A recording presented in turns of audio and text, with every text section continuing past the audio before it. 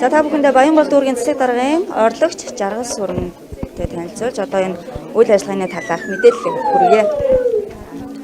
За манай Баянгол дүүрэгт одоо ийм хөгжлийн бэрхшээлтэй буюу тусгай хэрэгцээтэй хүүхдүүдийг одоо яг ийм тусгай ийм одоо зориултын дэмжих юм анги байдаггүй байсан. Тэгээд Баянгол дүүргийн засаг даргын мөрөн хөтөлбөрт зориулаад хүүхдүүдэд зориулаад яг ийм бүсчлээд ийм анги танхимтай болоо гэсэн тийм мөрөн хөтөлбөр тусгацсан байсны дагуу за манай дүүргээр 3 сургууль дээр яг ийм анги нээж байна. За тэгээ энэ анги маань яах вэ гэхээр тусгай хэрэгцээтэй хүүхдүүдтэйгээ одоо бусад хүүхдүүдтэйгээ ойртол хамруулж ажиллуулах. За тэгээд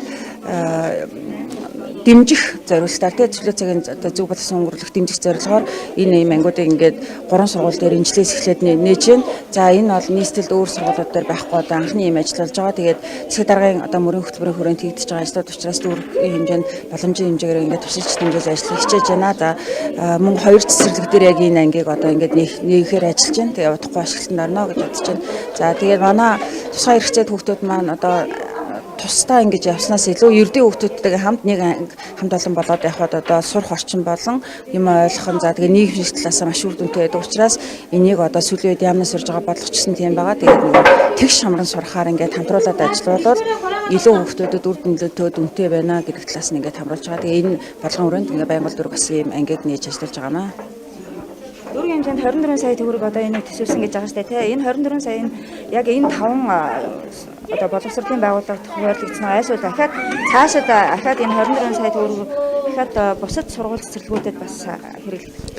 Тийм энэ нэмэгдээд явна. Яг зүгээр өнгөрсөн жилийн нөгөө төсөөлөгдсөн мөнгө нь л юм байсан. Мэдээж бага тийм мэдээж байгаагаа за тэгээ бид нар бас нэг боломж оломжийн хэмжээгээр одоо нэмэгдүүлээд явна, жил болгон нэмэгдүүлээд явна, тоног төхөөрөмж илүүдтэй одоо нэмэх юмнуудыг сайжруулад явна гэсэн үг. Хил гаалтай холбоотойгоор бас юмны үн өсөж чинь тэгээд мэдээж бага мөнгөндөө тааруулаад бид хэд ингээд өөрсдөө боломжийн хэмжээгээр за тэгээ дээрээс нь манай сургууль маань багш нар маань одоо илүү сайн дэмжиж ажиллаж байгаа учраас нь одоо ийм таны ангиуд одоо бэлэн болж чинь тэрнээс мэдээж мөнгөнд бага. Тэгээ жил болгон бас ингээд нэмээд өргөжүүлээд ингээд явна.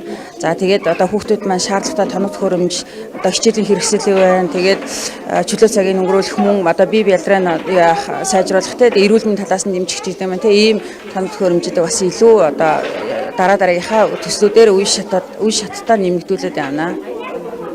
Тоног төхөөрөмж гэж ярьж байна. Яг ямар одоо тоног хүүхдүүдэд зориулсан юм.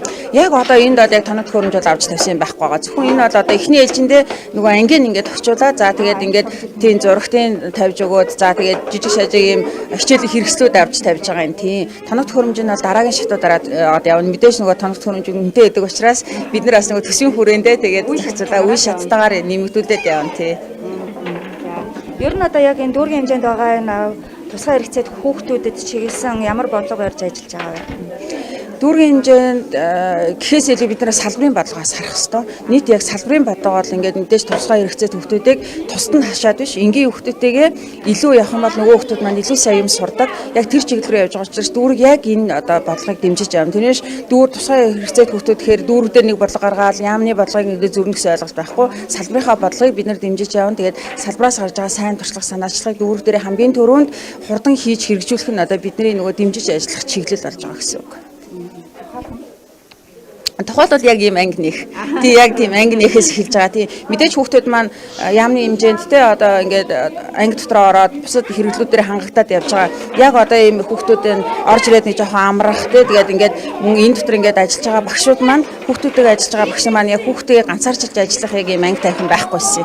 Тэгээд одоо багш нартаа зориулаад нөгөө хүүхдүүдтэйгээ хичээлийн бус цагаар жоохон ядарсан үед нь оруулж ирээд энэ жоохон амраадаг ч юм уу те тэгээд хооронд нь дуу тоглуулдаг ч юм уу жижигэн ном уншуулдаг ч юм уу энэ чиглэлээр нь илүү явж байгаа гэсэн үг. Баярлалаа. Сургуулийн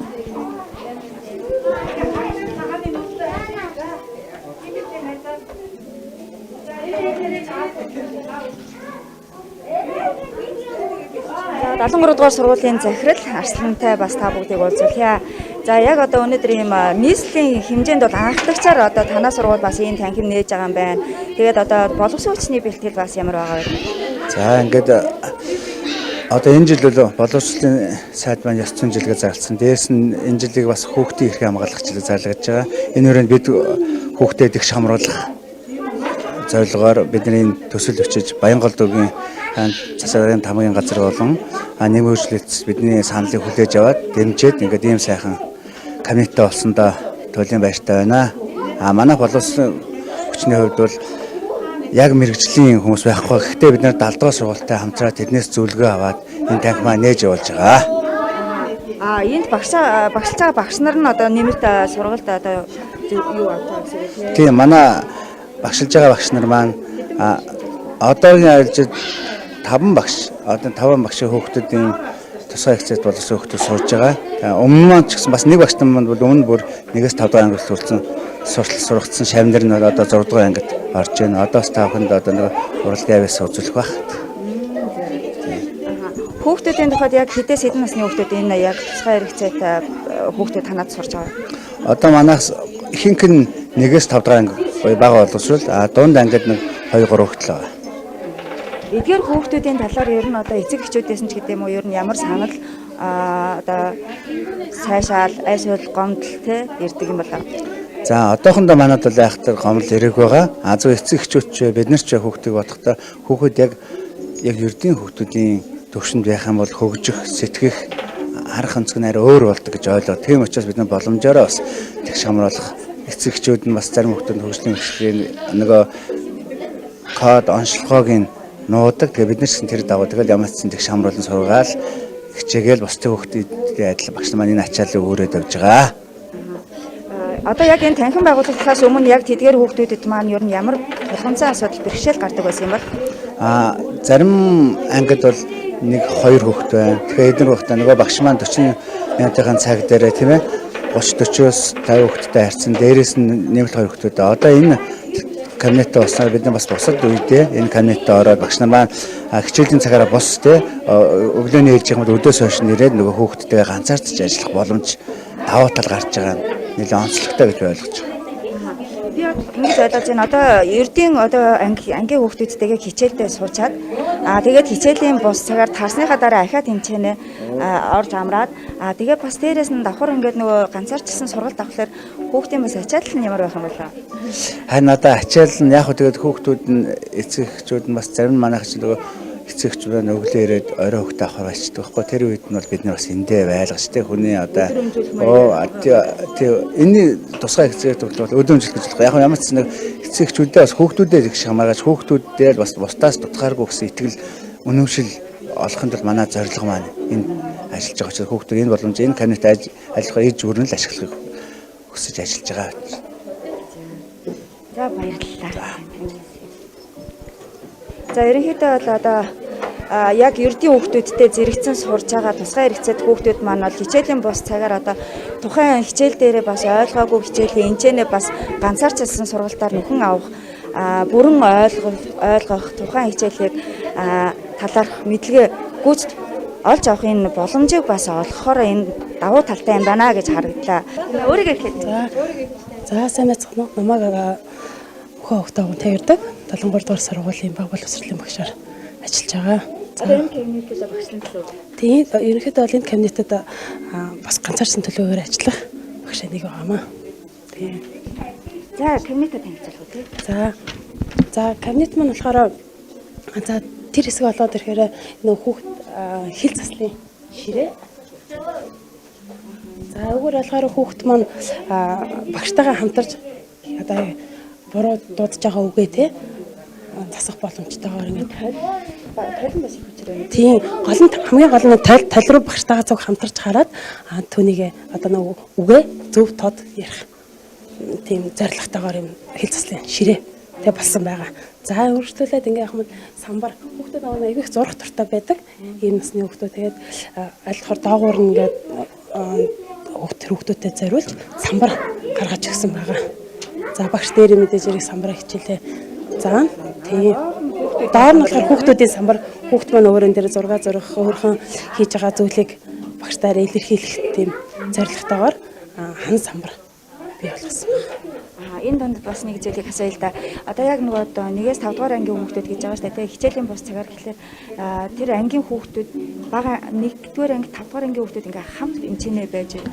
Яг тухайн багш нь ангийнхан тухайн анги удирдсан багш нь ганцаарсан төлөвлөгөөгөөр тэр хүүхд зөвхөн тэр хүүхдтэйгээ л ангийн багш нь ажиллана гэсэн үг. Ганцаарч төлөвлөгөөгөр гэхээр тэрнээс бол нөгөө бүгдээрээ орж ирээд хүүхдийг тийхгүйгээр зөвхөн өөртөө л зөвхөн ганцаарчсан хөтөлбөрийн дагуу ажиллана. Яг өөртөө тохирсон ерхэд хөтөлбөр боловсруулж ажиллана л гэсэн тэр хүүхдтэйгээ.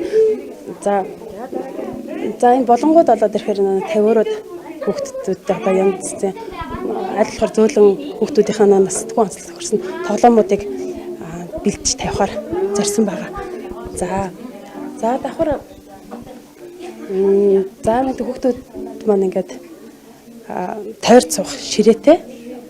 Тийм ингээд багштайгаа ингээд тойр цуух ширээтэй байгаа. За энэ хажуудлынх нь юу болоод ирэхээр тавиур энэ хүүхд тоглоом за мөн сурах очгууд тий тухайн зүйлүүдэд ингээд тавьсан байгаа. Сэтгхүү хөгжүүлэх тийм ерөөхдөө дандаа сэтгхүү хөгжүүлэх талаа баримталж ажиллах гэсэн тийм зорилготой байгаа. Яг тэгэхээр нөгөө нэг энэ насны хүүхдүүд маань арай хөгжлийн хоцрогдолтой буюу арай удаан сэтгэдэг хүүхдүүд байдгаараа тийм онцлог байдаг учраас аль болохоор нөгөө нэг сэтгхүү хөгжүүлэх талаар нь ажиллуулсан зүйтэй юм болов уу гэж бодоод ерөөхдөө дандаа юм сэтгхүү хөгжүүлэх тоглоомууд за дээрэс нь хүүхдэд арай ээлтэйгээр нь модон тоглоомуудыг ингээд сонгож авчирсан байна.